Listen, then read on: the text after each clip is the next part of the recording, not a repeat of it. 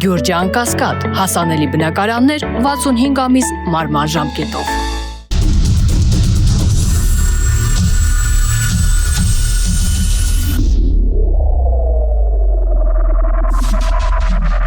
Բարի երեկո, Մեդիահաբի եթերում Մեդիա Արենան է, ես Արթուր Հայրապետյան, այսօր զրուցելու եմ 92-93 թվականների վարչապետ, Հայաստանի Հանրապետության վարչապետ Խոսրով Հարությունյանի հետ, բարի երեկո։ Բարի երեկո։ Շնորհակալ եմ հրավեր ընդունելու համար։ Պարոն Հարությունյան,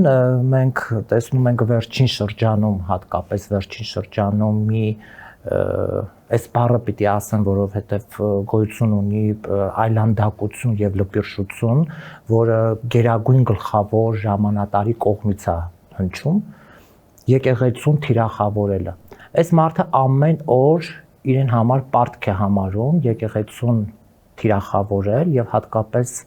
ամենայն հայոց վեհափառին։ Եվ մենք ականատեսն ու վկան դարձանք վերջին օրերին, հատկապես երբ մեծ բարերար, ազգային բարերար Սամվել Կարապետյանին կալանավորելու գործում եւ ինչ ստացվեց։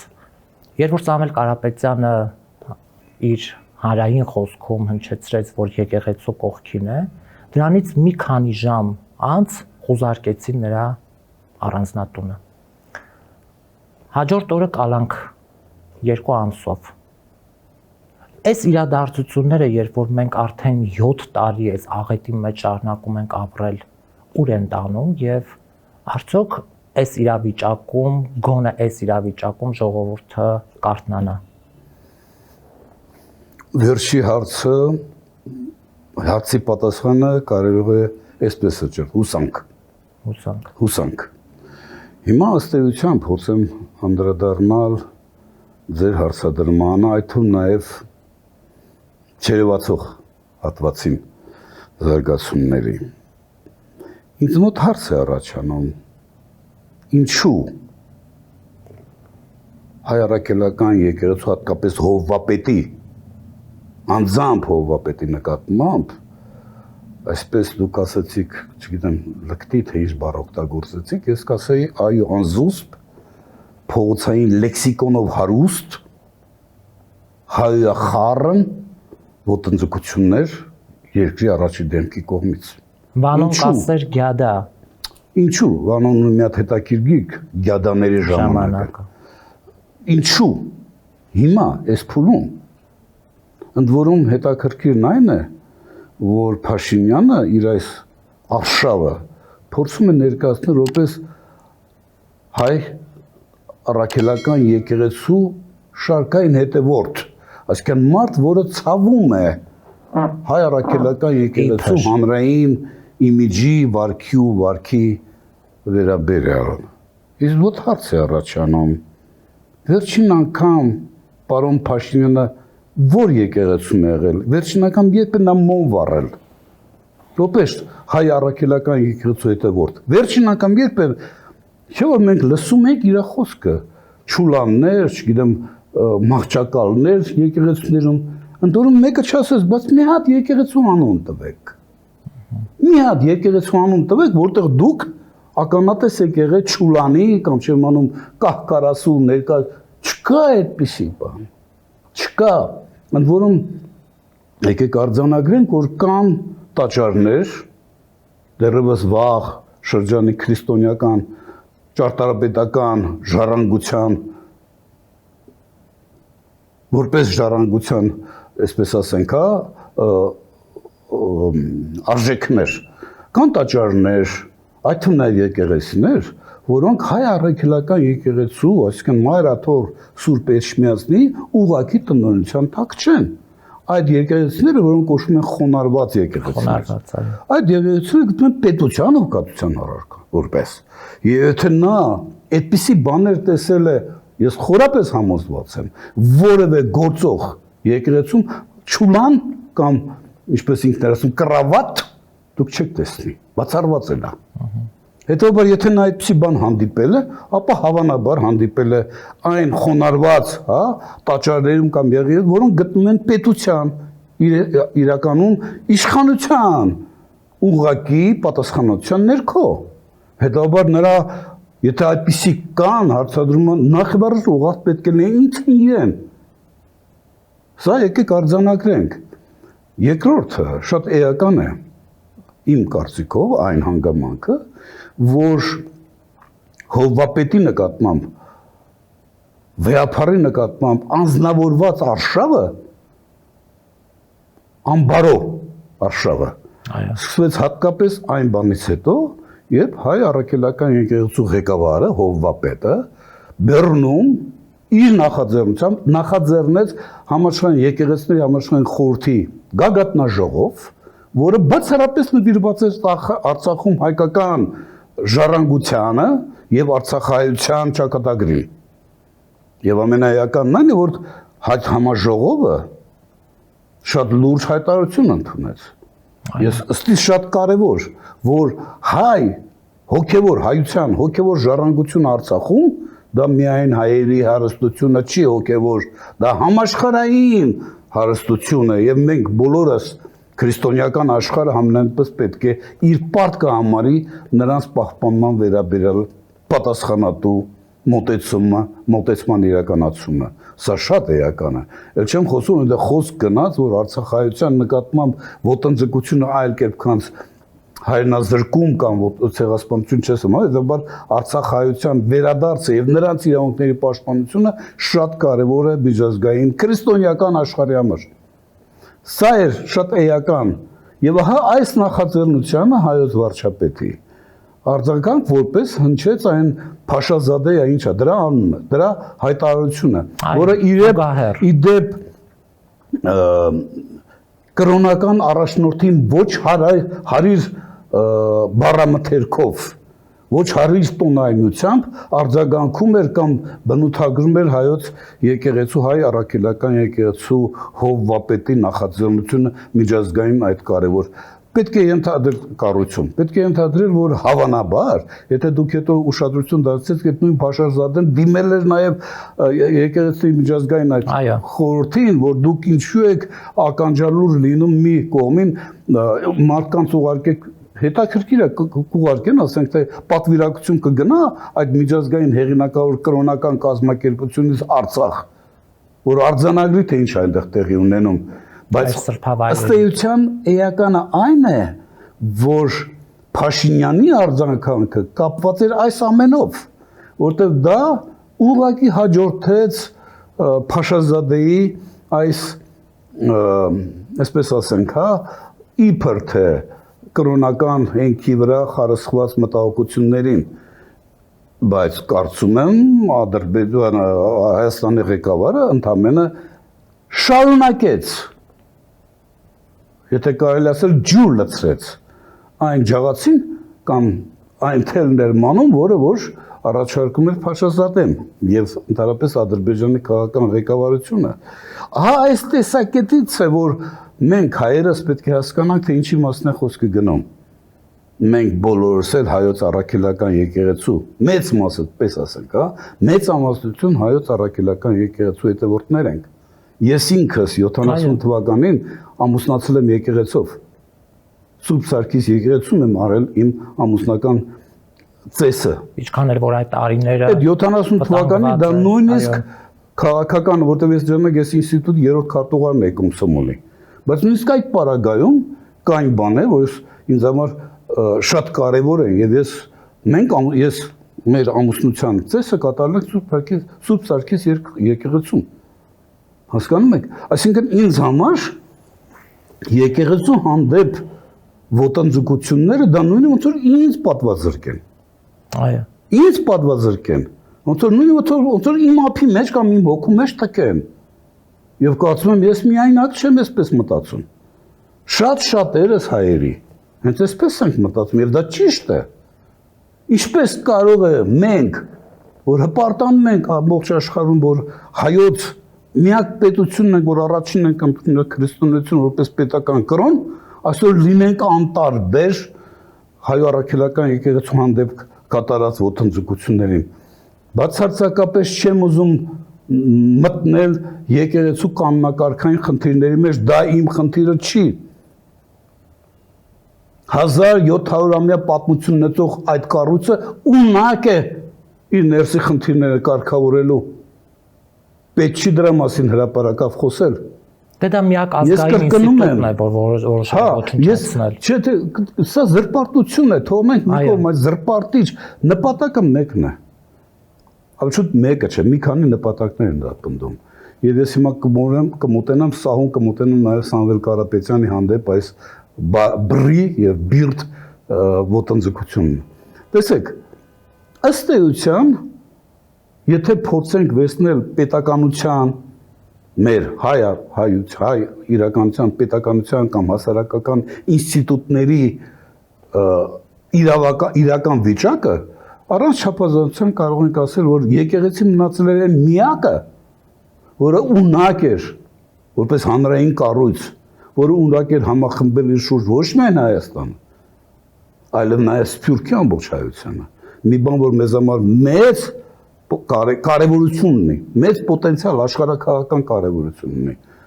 Եվ այս պայմաններում, երբ որ ըստ էության պետական ամբողջ համակարգը ինստիտուցիոնալ առումով այլևս կազմաքանդված է։ Ես բոլոր հիմքեր ունեմ այդպես պնդել, հիմա կասեմ ինչու մեզ այդ պատմում։ Մնացել էր եկեղեցին եւ հիմա սկսվեց արշավ, բառից բուն իմաստով։ Այո։ Արշավ ամբարո, արշավ եկեղեցու հանդեպ։ Եվ հիմա խոսքը խնդիրը վեապարի կամ հայոց եկեղեցու եպիսկոպոսա դասին չի վերաբերում։ Խոսքը վերաբերում են թափես հայությանը։ Մենք պատրաստ ենք դիմագրավելու նման արշավները, նման կործանարար հարվածները մեր ազգային, ընդ որում ազգապահպան ամենակարևոր կառույցին։ Սա մարդահարևեր է հայությանը, ցանկացած հային, սա այլևս եկեղեցու խնդիր չի։ Սա այլևս եպիսկոպոսների խնդիրը չէ։ Ցանկացած հայ, որին համարում է, ցանկացած հայ, որին համարում է հայ առաքելական եկեղեցու հետևորդ, որը մկրտված է եկեղեցում, որը գնում է մոմ է վառում եւ խաչակնքվում է, ցանկացած հայի խնդիրն է սա հիմա։ Սա այլևս եկեղեցու արտը չի, սա մենք պետք է արձանագրենք, հասկանում եք, եւ այդ տեսանկյունից կարծում եմ միանգամայն բնական էր Սամվել Կարապետյան արձագանքը, մեծ բարերարի, թողնենք գործարարի իր կարողությունները, մարդ, որը իր կյանքի ամբողջ ընթացքում ապացուցել է, ցույց է տվել, որ կանգնած է ժողովրդի կողքին։ Իդեպ համացանցում կային ներդրվեց, ես էլ դրանց մեկն եմ, որ տարածել եմ, Փաշինյանի ելույթը լավ չեմ անում, երբ հայ խոսացել, երբ որ ինքը հպարտությամբ ասում է, իսկ ով էր ասում, որ կապիտալ հայերինը չունի, այլապես ինչպես կարելի է բացատրել մեծանուն գործարարներ, ասենք թե Սամվել Կարապետյանի, Ռուբեն Վարդանյանի խոշորացավալ ներդրումները Հայաստանում եւ Արցախում, մենք պետք է հպարտանանք նրանցով։ Ինչը փոխվեց։ Պարոն Փաշինյան, ի՞նչն է փոխվել։ Միայն այն, որ Սամվել Կարապետյանը հարկ համարեց արձանագրել, որ ինքը կանգնած է եկեղեցու կողքին եւ պատրաստական է աջակցել ցանկացած նախաձեռնության, որը կպաշտպանի եկեղեցուն կամ հնարավորություն կտա եկեղեցուն դիմագրավելու այս ամբարո արշավին, այո, եթե դա այդպես է, ապա ես սկսում եմ մտածել, որ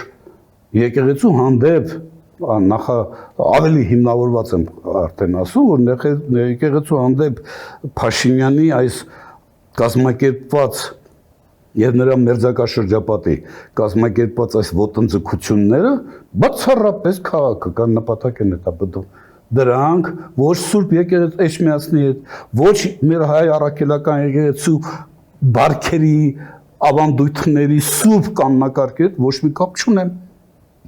Այլապես տեսեք, մարդը ասում է, ես պաշտպանում եմ, կանգնած եմ եւ իմ ուժերը ներածի չափով կաջակցեմ դիմագրավելու եկեղեցուն այս հարձակումներին, մարդու նկատմամբ կալանքի, կալանավորման որոշում են կայացնում։ Ընդ որում ձևակերպում է, թե ինքը կոչ էր անում ինչ որ իշխանազավթման բան, բայց կներեք, պետք է ընդհանրապես տարական լեզվայմատության առումով տարական գիտելիքներից կարողությունից զուրկ լինել, որ նրա միտքը մեկնաբանես այդպես։ Այո։ Շատ մարդը շատ պարզ ասում է, ես կանգնած եմ հայոց եկեղեցու կողքին, եւ ասում է, եթե այսինքն կպաշտպանեմ, եւ ասում է, եթե այդ հարցում քաղաքական գործիչների մոտ չստացվի, ապա մենք կանենք մեր ձևը, այսինքն մենք եկեղեցուն կպաշտպանենք մեր կարողությունների եւ հնարավորությունների ինչ է պատահել։ Այսինքն ոչ ոք իրավունք չունի եկեղեցու կողքը կանգնել։ Դրա համար եմ ասում, այսօր արդեն խոսքը եկեղեցու մասին չի, խոսքը հայության մասին է։ Մենք հայ ենք թե ոչ։ Ցանկացած ոք Արթուր կապ չունի, իրեն հարցը դիպատ։ Ինքը հայ է թե ոչ։ Որտեղ միջև հիմա հայ լինելու հիմնական ատրիբուտը եղել է դավանանքը։ Մկրտված ես դու արդյոք հայ առաքելական եկեղեցու կողմից թե ոչ։ Սա է։ Ազգանունդ ինչպիսին է բանը եկան չի։ Հայես մկրտված ես քրիստոնյա ես այո, ոչ։ հետո հայես, հետո դու հայ առաքելական եկեղեցու հետո որդես, տեսեք ես չեմ ուզում ոչ ավետարանչականներին, ոչ էլ կաթողիկ եկեղեցի ու հետևորդներին վիրավորել, խնդրում իրանք ճիշտ կհասկանան։ Փաստում եմ փաստ, որ մեր հայաստանյան ազգաբնակչության ճնշող մեծամասնությունը հայ առաքելական եկեղեցու հետևորդ են։ Եվ այստեղ երկրորդ կարծիքն դել չի կարող։ Հետևաբար նորից կրկնում եմ միտքս։ Այլևս այս process-ը եկեղեցու մասին չէ։ Այս process-ը մեր մասին է։ Մենք հայ ենք թե ոչ։ Ու ցանկացած քաղաքացի Հայաստանի Հանրապետության ազգությամբ հայ իրեն այդ հարցի պատասխանը պետք է տա ինքը իր մեջ։ Որից հետո արդեն կարող ենք այո նախաձեռնել մեր ավանդական եկեղեցուն աջակցելու պաշտպանելու գործողություններ։ Սա մեկ։ Երկրորդը մի կարևոր հանգամանք եւս, որտեղ շատերը փորձում են այստեղ նույնպես չարաշահել։ Երբեմն հղում են կատարում սահմանադրությանը, որ ասում են պետությունը սահմանադրությամբ ամրագրել ենք, իհարկե մենք ամրագրել ենք հայ առաքելական եկեղեցու գերակա պատասխանատու դերակատարումը հանրային կյանքի կազմակերպման գործում, բայց այն միաժամանակ արձանագրել են, որ պետությունը անջատ է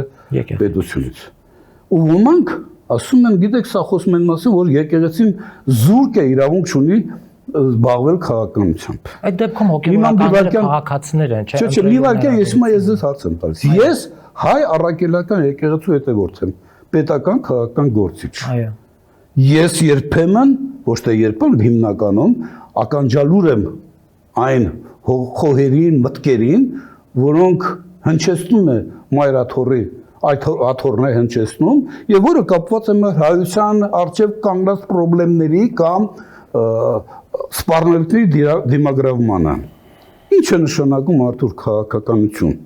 Քաղաքականությունը նշանակում է հանրային կյանքի ցանկացած ոլորտում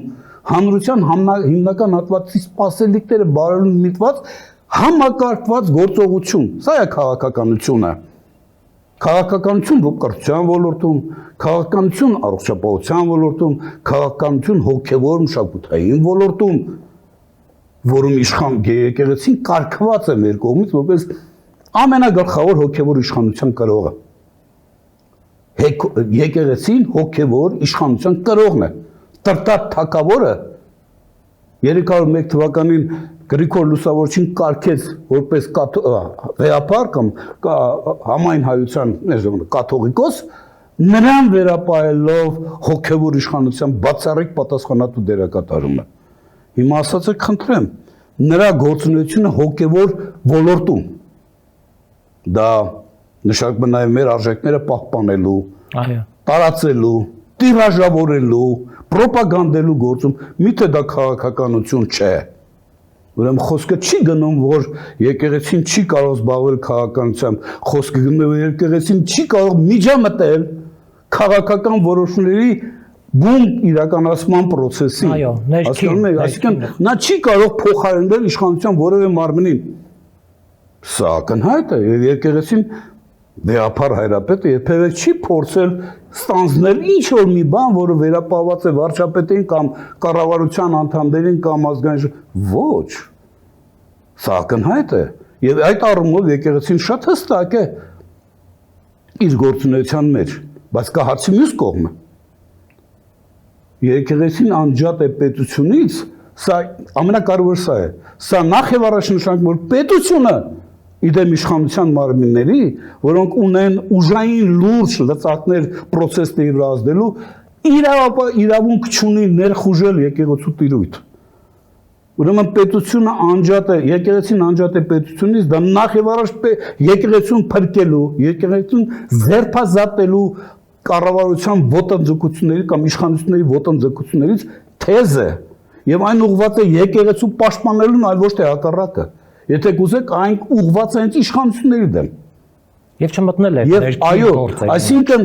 պետությունից անջատ եկեղեցին շփում է իշխանությունը, որը ներկայացնում է պետությունը, իրավունք չունի ներխուժել եկեղեցական տիրույթ։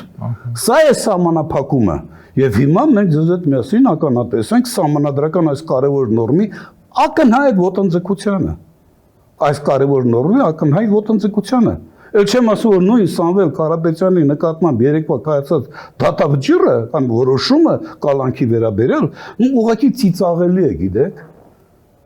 Նա այսքանից հետո ոնց կարող են եւ չեկել զարմանալ է, գիտեք, նույնիսկ այս պայմաններում ինչ որ մեկը այդում նաեւ կառավարության առաջին դեպքը խոսում է ժողովրդավարության մասին, խոսում է իշխանությունների ինչ որ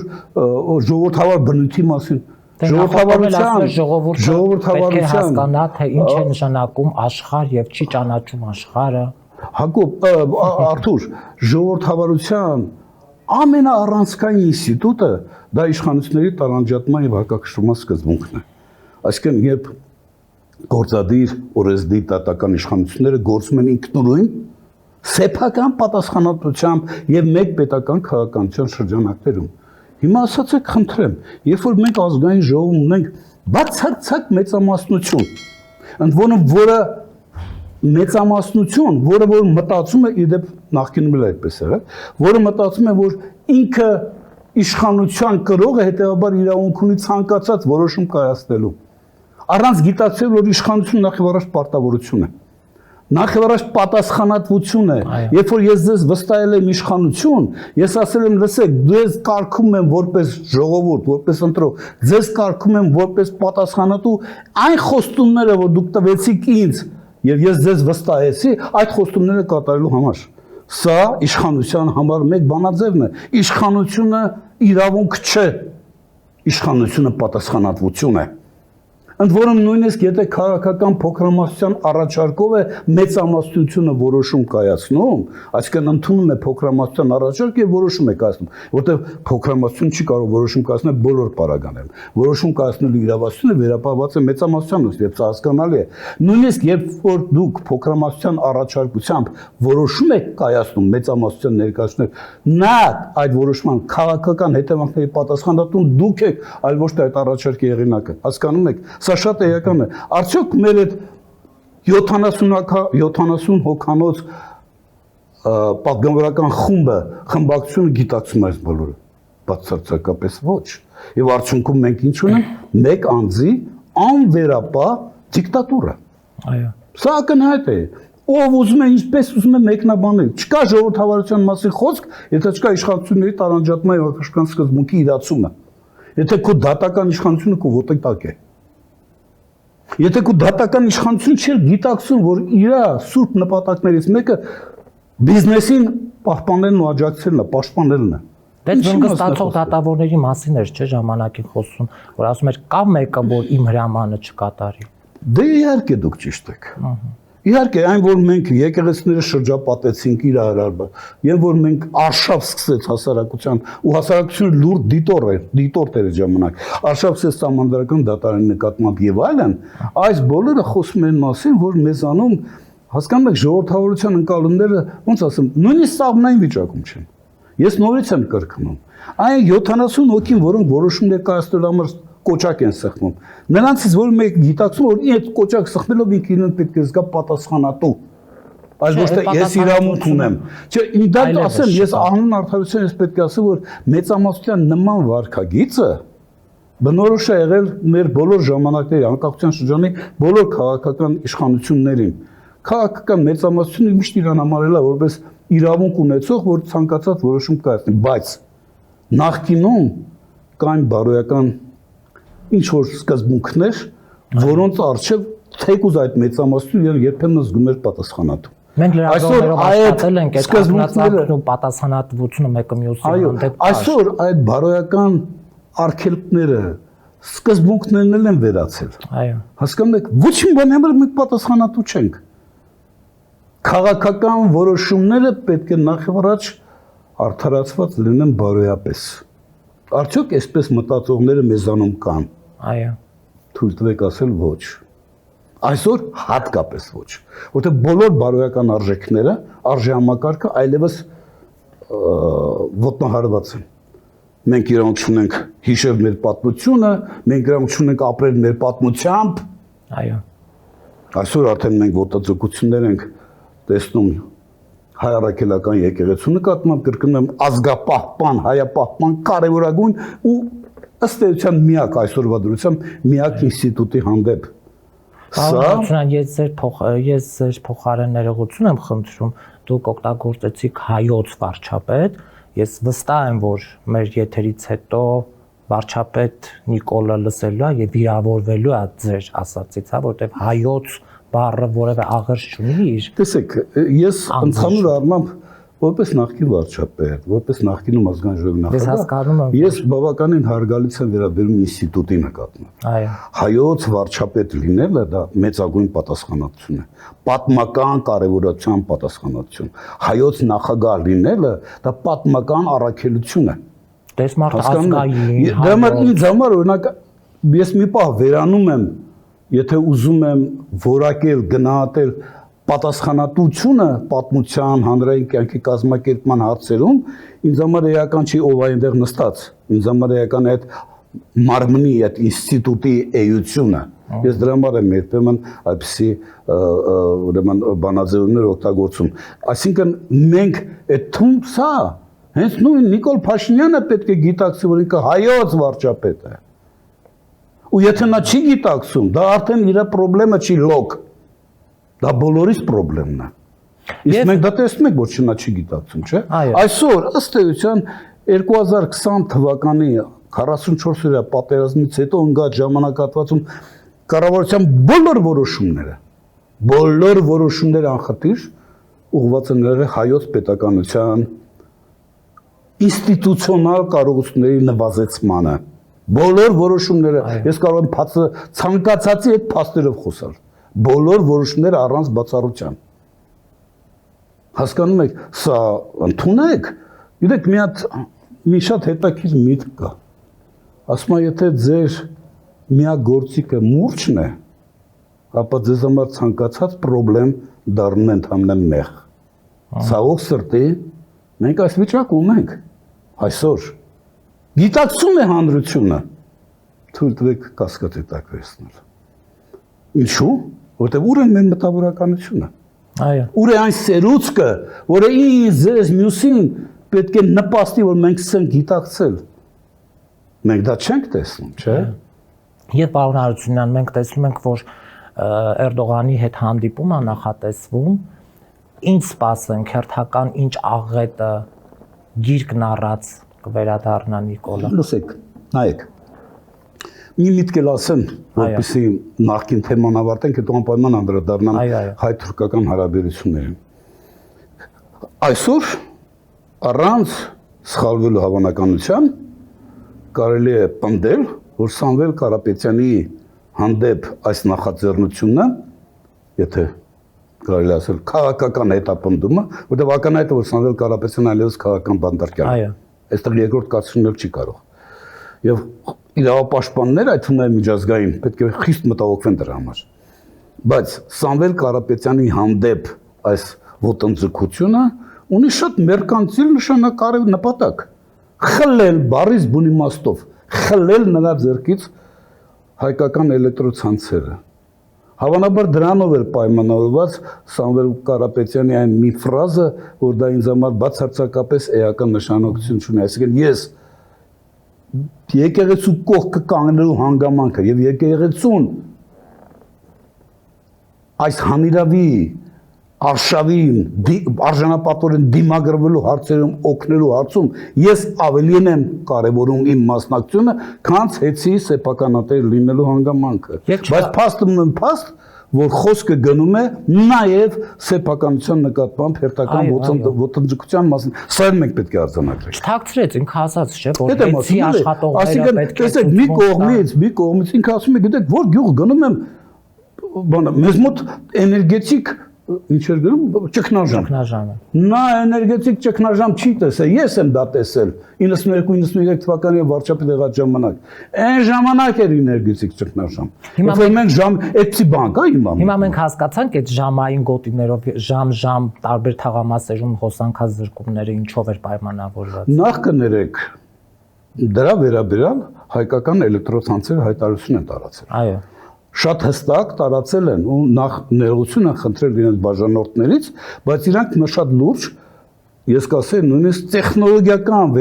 վերազինման process են անցնում, որը երբեմն այո պահանջում է առանձին հատվածներ հոսանքազրկել, որովհետեւ դու կարողանաս միջամտես եւ քո արտադրական տեխնոլոգիական կարողությունները արդիականացնես։ Եվ սկսել են գետնացումով Այո, եւ մենք դա տեսնում ենք Երևանում։ Արդյոք դա պախարակելի է։ Դա իհարկե ոչ։ Խոսքը գյուղերում էլեկտրական էներգետիկ տերոր, թե ինչ էր ասում, չգիտեմ, թե ճգնաժամ, թողից բերիմ օրինակ, որ գյուղում օրերով հոսանք չի եղել։ Հայաստանը իդեպ այն հազվագյուտ հետխորհրդային պետություններից է, որի ամբողջ տարածքը թե գազიფիկացման տեսանկյունից եւ էլեկտրոֆիկացման տեսանկյունից ամենաբարձր 97% ինչ ճգնաժամի մասին է խոսքը։ Ես օրինակ գիտեմ, Սևանում ինքը գնում է մի ռեստորան, որը հաճախակի է գնում իր ընտանիքով, ուզել է խլի այդ բիզնեսմենից ռեստորանը, չի ստացվել, բոլոր միջոցները օգտագործել է, չի ստացվել։ Ինքը ամեն կիրակի օր, երբ որ գնում է ամառանոց, փորձում է գնալ այնտեղ ուտել խմելու, եւ այս վերջերս ինձ հենց տերերը պատմեցին, որ վերջի օրերին, երբ մեծ արարողություն էր պատրաստվում, որովհետեւ 1 ժամ առաջ փակում են ռեստորանը, մի քանի ժամ փակում են, որպեսզի ինքը հանգիստ, առողջ ուտի խմի, ասացին, որ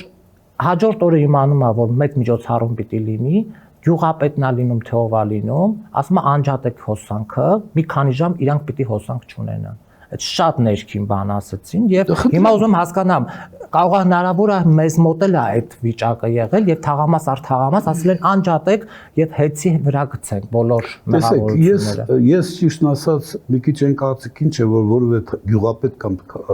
թաղապետ կարող է հետո ճանաչել են, զանգել են, ասել են մի բանը պարզ է, չէ՞։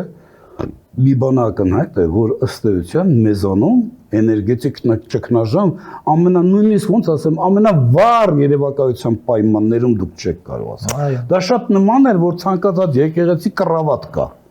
Այդ իր այդ բանաձը, սա ինքը ակնհայտորեն տվյալ պահին իրան այդպես է պետք ներկայացնել, գիտի որ ոչ ոք չի պատասխանելու։ Իրան ոչ ոք չի արձագանքելու, ոչ ոք չի պատասխանելու, կամ եթե փորձում է լրագրողը պատասխանել, կներեք մեկ պայմանավորվել ենք մեկ արտպիտակ։ Ասկուցիո, ու վերջ, ու ստեղծում է տպավորություն, որ ինքը ճիշտ է, ոչ եւ ոչ։ Հայ իրականությունը որակապես տարբերվում է այն մեկնաբանություններից, որով հաճախ հանդես է գալիս ինքը վարչապետ Փաշինյանը ամենահանրային կյանքի տարբեր ոլորտների հետ կապված։ Հիմա ինչ վերաբերում է հայ-թուրքական հարաբերություններին։ Ինչ սպասենք։ Տեսեք, նախ ես ուզում եմ արձանագրենք ձեզ հետ մի։ Ես եմ վարչապետն եմ եղել, որ 92 թվականին նախաձեռնել եմ Հայաստանի եւ Թուրքիայի միջև տնտեսական համագործակցության, այսինքն մենք զիջեցինք, ես հանդես եկա նման նախաձեռնությամբ Թուրքիայի վարչապետ Դեմիրելի հետ ուղղակի կապի մեջ մտնելով, որ մենք իրենց տալիս ենք մոտ 37 միլիոն EQ եվրոպական վարկը, այսինքն այդ վարկի տնօրինման իրավունքը զիջում ենք իրանց Թուրքիային, Թուրքիան դրա դիմաց մեզ տալիս է adekvat քանակությամբ մոտ 100,000 տոննա, եթե իմ հիշողությունը չի դավաճանում, հացահատիկ։ Եվ մենք սկսեցինք այդ հացահատիկի ներդրումը կազմակերպել Ախուրյանով։ Այսինքն ես այն ժամանակ հեռախոսազրույց եմ ունեցել Դեմիրելի հետ իր նախաձեռնությամբ, ինքն է խնդրել, որ մենք հեռախոսով խոսենք։ Եվ ես բացի այն, որ ներկայացնում եմ իրավիճակը, օրինակ ինձ հարցրեց, բայց այդ հացահատիկը կօգտագործեք բանակի համար, ասում իհարկե։ Կարող ես բանակին սոված պահեմ, իհարկե։ Բայց ասի կօգտագործեմ նաև դպրոցների համար, դպրոցում հիվանդանոցների համար, մանկապարտեզների համար, սա ակնհայտ է իմ քաղաքացիների համար։ Ես իրան մի միտք ասեցի, ասի տեսեք, ասի ես եւ դուք, պարոն վարչապետ, շանս ունենք մեր ժողովուրդներին ապացուցել, որ դժվարին պայմաններում մենք կարող ենք համագործակցել, թողնելով բոլոր տարաձայնությունները մի կողմի վրա։ Ես հիմա էլ եմ այդ կարծիքին։ Սա չի նշանակում, որ ես գտնում եմ, որ չպետք է մենք մոռանանք կամ պետք է մոռացության տակ հայոց ցեղասպանությունը։ Ոչ։ Դա չի նշանակում։ Բայց դա նշանակում է, որ հնարավորությունները պետք է օգտագործել Թուրքիայի հետ մեր հարաբերությունները քիչ թե շատ տրամաբանական հենքի վրա տեղափոխել։ Սա նշանակում է, որ Թուրքիան պարտավոր է հարգել եւ ճանաչել մեր հետաքրքրությունն ու շահերը, մենք էլ պարտավոր ենք հարգել եւ ճանաչել նրա հետաքրքրությունները, եթե դրանք միմյանց, ոնց ասում են, հակասող չեն կամ անվտանգային ռիսկեր չեն առաջացնում։ Սա մեր հարաբերությունների բանաձևման ամենաճիշտ տարբերակն է։ Հասկանում եք, արդյոք թուրքերը այդպես են մտածում։ Ոչ։ Թուրքերը Հայաստանի հետ իրենց հարաբերությունները կապում են բացառապես Հայաստան-Ադրբեջան փոխհարաբերությունների հետ։ Ավելին, վերջերս ավելի կոնկրետ են ասում, Զանգեզուրի միջանցք։ Զանգեզուրի միջանցք։ Հիմա ես արդեն օգնել եմ Ադրբեջան։ Տեսեք, իրանք ասում են հենց Հայաստանն ու Ադրբեջանը եկան ընդհանուր հայտարարի կամ ստորագրի, մենք պատրաստ ենք ձեզ հետ համագործակցել։ Այսինքն համագործակցության բոլոր պայմանավորվածությունները կարող են կյանքի կոչել։ Բայց ինձ մոտ հարց է առաջանում։ Այսինքն ստացվում է, որ մենք գործ ունենք ոչ թե Թուրքիայի հետ առանձին եւ Ադրբեջանի հետ առանձին, մենք ունենք հայ-թուրքական ակնհայտ է, չէ, հայ-թուրքական տանդեմ։ Այսինքն մեր հարևանը իրանք էլ են ասում, չէ, մեկ պետություն, մեկ ազգ երկու տարբեր պետություններ։ Հիմա իմ մոտ հարց է առաջանում։ Օրինակ այդ Զանգեզուրի որ հիմա իրանական իրադարձությունների հետ կապված նորից շեշտվեց դա։ Այո, անմիջապես հայտարարվեց։ Ինձ մոտ հարց է առաջանում։ Այդ Զանգեզուրի միջանցք, ասեք, թե Նախիջևանը Ադրբեջանին կապող կառուցվածք, ինչպես ունենք անդրեք։ Դա մեր քննարկումների տիրույթ մտել է նոյեմբերի 9-ի երակողմ հայտարարության 9-րդ կետի համաձայն։ Համաձայն չեք, ուրիշ հենք նրանք չունեն, ոչ ադրբեջանցիները, ոչ Թուրքիան։ Այո։ Նրանք ասում են, գիտեք, դուք այնտեղ դրա մասին գրել ենք մենք։ Միջանցք բառը չկա, բայց իրանք ներկայացնում են դա որպես միջանցք։ Ենթադրենք, թե դուք ճիշտ եք։ Այսինքն հիմքը իրավական, քաղաքական երակողմ հայտարարության 9-րդ կետն է, բայց երակողմ հայտարարության 9-րդ կետի ամբողջ իմաստը, Արթուր, ապաշրջափակումն է, ոչ թե դա, այլ ապաշրջափակումը։ Ինչու՞, որովհետև երակողմ հայտարարության հեղինակները, դրանք ռուսներն էին, հավանաբար շատ լավ հասկանում էին, որ ինքը երակողմ հայտարարությունը 44-օրյա պատերազմի հրադադարի մասին էր։ Այն բոլոր կետերը, որոնք ընդեր գրված էին, դրանք գրված էին նրա համար, որ հրադադարը դարձնեին անշրջելի։ Եվ 9-րդ կետն էլ է գրված այդ կոնտեքստում ապաշրջափակում, որովհետև եթե մեզ հաջողվի երկու պետությունները թշնամի պետությունների միջև ձևավորել տնտեսական համագործակցության այնպիսի կոնֆիգուրացիա, ենթակառուցվածքների այնպիսի կոնֆիգուրացիա, որը կնպաստի երկուստեք, փոխշահավետ տնտեսական առևտրային հարաբերությունների ձևավորմանը մի կողմից, եւ հետեւաբար այդ փաստի ուժով զերծ կպահի, որովհետեւ մեկին կողմերից գայթակղությունից ուժ կիրառելով միակողմանի օգուտներ կորզել, ապա այդ ապաշրջափակումը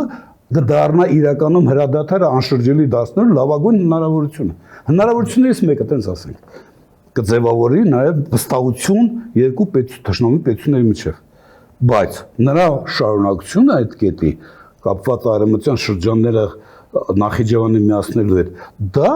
հավանաբար եղել է Ադրբեջանի պահանջը, որը ի հակակշիռ այն պահանջի, որ կար Լաչինի Միջանցքի պահանջ։ Այո։ Այսինքն Լաչինի Միջանցքը նախատեսել եք դուք, ես համաձայն եմ, հետաբար դուք էլ խնդրում եմ բարի եղեք ինձ այդպիսի հնարավորություն տվեք իմ Նախիջևանի հետ միանալու համար։ Լավ, եթե դա նույնիսկ այդպես է, այսօր Ադրբեջանի քաղաքականության արդյունքում Լաչինի Միջանցքը չկա, գոյություն չունի։ Ձեր ցեղասպան քաղաքականության հետևանքով Արցախը հայաթափվել է եւ Լաչին Միջանցքի անհրաժեշտություն չկա։ Ինչու ես պետք է ձեզ հետ քննարկեմ այդ հարցը, որից մեկը կարող այդ բանական այս հարցադրմանը ողջամիտ պատասխան տա, ես նկատում հայկական ղեկավարության կողմից։ Ինչու՞։ Այն ժամանակ, երբ որ առավել եւս ասենք, որ այդ Մեղրի 47 կիլոմետրանոց երկաթ գիծը մեզ Հայաստանին Ոչինչ չի տալիս։ Ընդամենը ճիշտ հակառակը մենք 150 միլիոն դոլար մոտավորապես, եթե ոչ ավել, պետք է ծախսենք ժամանակակից լոգիստիկ հնարավորություն ձևավորենք, որովհետեւ Ադրբեջանը հարմարավետ Նախիջևանով շարուրից գնայիք դիր։ Այսինքն այստեղ Հայաստանի շահը ո՞րն է։ Ինչու մենք դա պետք է անենք եւ ինչու ենք մենք քննարկում դա։ Մինչդեռ Հայաստանը շարունակում է պնդել այն փաստաթուղթը ստորագրեք, ըստ էության մենք գնանք նաև այդ ճանապարհը, դուք միայն ստորագրեք։ Այդ փաստաթուղթը խաղաղություն կոչված փաստաթուղթը մեզ խաղաղության երաշխիք вообще չի, որևէ երաշխիք չի ստացվում։ Մի անգամ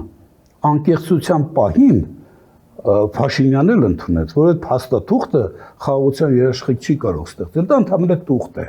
Հիմա այն դեպքում, երբ որ մեր դիմացինը Ադրբեջանը տարածաշրջանի ամենաոչ պայմանագրաունակ պետությունն է։ Դա այն պետությունն է, որ այսօր կարող ստորագրի վաղը խախտի իր ստորագրությունը պարտավորությունները։ Ինչի մասն է խոսքը գնում։ Հետո ինչ փաստաթուղթ։ Այդ փաստաթուղթը Նիկոլ Փաշինյանն պետք է ընդամենը իր ժողովրդին այս միամիտ հայությանը ցույց տա, թե ես ձեզ բերեցի խաղաղություն։ Իսկ Ադրբեջանը կարող է սпасել նախ հարմար պահին, օրինակ շատերին թվում էր, որ Իրան-Իսրայել փոխհարաբերությունները, այսինքն ռազմական առճակատման արդյունքում, եթե Իրանի քաղաքական իշխանության ազդեցությունը կամ տենց ասենք ռազմաքաղաքական ազդեցությունը էապես նվազի, ապա Ադրբեջանը առիթը բաց չէր թողնելու միգուցե նաև Թուրքիայի հետ միաժամանակ մտնել Սյունիք։ Հասկանում եք, սա շատ ակնհայտ է, չէ՞։ Հետաբար նույնիսկ կներեք միտքս ավարտեմ։ Այսինքն եթե ես գալիս եմ հայ-թուրքական հարաբերություններին, ես կրկնում եմ, որ թեզը հետևյալն է։ Իդեպ մենք սա պետք է արձանագրենք, որ Հայաստանը ցավոք սրտի պարագաների բերումով իր աշխարհագրական դիրքով այնպիսի իրավիճակում է, որ երկարաժամկետ հատվածում մեր անվտանգ եւ դինամիկ զարգանալու հնարավորությունները բացառապես միշտ պայմանավորված են լինելու մեր արևանների քաղաքական կամեցողությամբ։ Սա փաստ է։ Հետևաբար, եթե կա այս տարածաշրջանում մի ժողովուրդ, որի համար խաղաղությունը, ոնց որ ասում են, օդ ու ջրի պես պետք է, դա հայերն են ու Հայաստանը։ Սա նշանակում որ Հայաստանը պարտավոր է գիտակցված իր հարաբերությունները իր հարևանները շարադրել այնպես, ձևավորել այնպես, որի հիմքում ընկածնի ես ճանաչում եմ ձեր հետաքրություններն ու հարգում եմ ձեր, դուք պարտավոր եք ճանաչել ու հարգել այդ անվտանգ դինամիկ զարգանալու իմ հնարավորությունները։ Սրանք շատ էական են։ Այսպիսի հարցադրում գործող իշխանության կողմից ես չեմ լսել երբևէ։ Այո։ Հասկանում ժամանակային խնդիր ունենք, պարոն Հարությունյան, վերջում շատ կարճ, հա։ Մենք 2026 թվականի խորհրդարանական ընտրություններին կհասնենք առանց Նիկոլի։ Կարող ես նատա առնակ, բայց դա Նիկոլից է կախված։ Եթե sense մի քանի հատ sense թույլ տվեք ասել անիմաստ քայլեր անի, անկասկած այո։ Մեզնից կախված չի։ Ես ուղղակի չափազանցեցի այդ հարցը։ Այսինքն իհարկե, ես կարող եմ մի բան ասել։ Անկեղծ եմ ասում հիմա։ Այսօր հայ ժողովուրդը մնացել է միայնակ։ Թե Ադրբեջանի, թե Թուրքիայի եւ թե իր կառավարության առջև։ Սա փաստ է։ Հետևաբար կառավարության փոփոխությունը, իշխանափոխությունը շատ առօրյական խնդիր է։ Օր առած իշխանության փոփոխությունը դա ուղղակի սեփական անվտանգ զարգացման համար բարենպաստ պայմաններ ստեղծելու նախադրյալ է, բարենպաստ, որտեղ շատ էական է իսկ եկող իշխանությունը ինչ քայլերի կարող է դիմել, որտեղ համաձայնենք, որ այսօր մեր գործող իշխանությունների շնորհքով անգործության եւ գործողությունների արդյունքում այնպիսի իրավիճակ է, որ նույնիսկ սահմանադրական ճանապարհով, բացառիկ սահմանադրական ճանապարհով իշխանափոխությունը կարող է մեր հարևանների մոտ առաջացնել մտահոգություններ։ Իսկ քան որ միջազգային իրավիճակը այսօր ցավոք սրտի խարսխված է ուժն է ծնում իրավունքը սկզբունքի վրա, ես ուժեղ եմ հետաբար իրավունքն եմ առանձնապես երկար մեկնաբանություններ չի տրվում հիմա ցավոք սրտի, ապա այս պայմաններում մեզ հարկավոր է շատ զգուշ եւ շատ շրջայաց։ Ես ուղղակի ավելին չեմ կարող այս բանը ասել։ Իշխանափոխությունը պարտադիր է այս դեպքում։ Ինչպես։ Իշխանափոխությունը։ Ես ասում եմ դա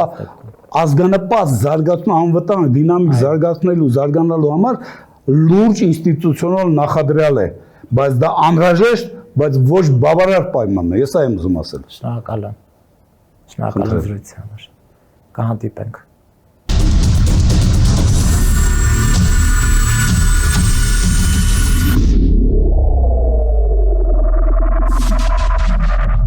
Գյուրջան Կասկադ, հասանելի բնակարաններ 65 ամիս մարման ժամկետով։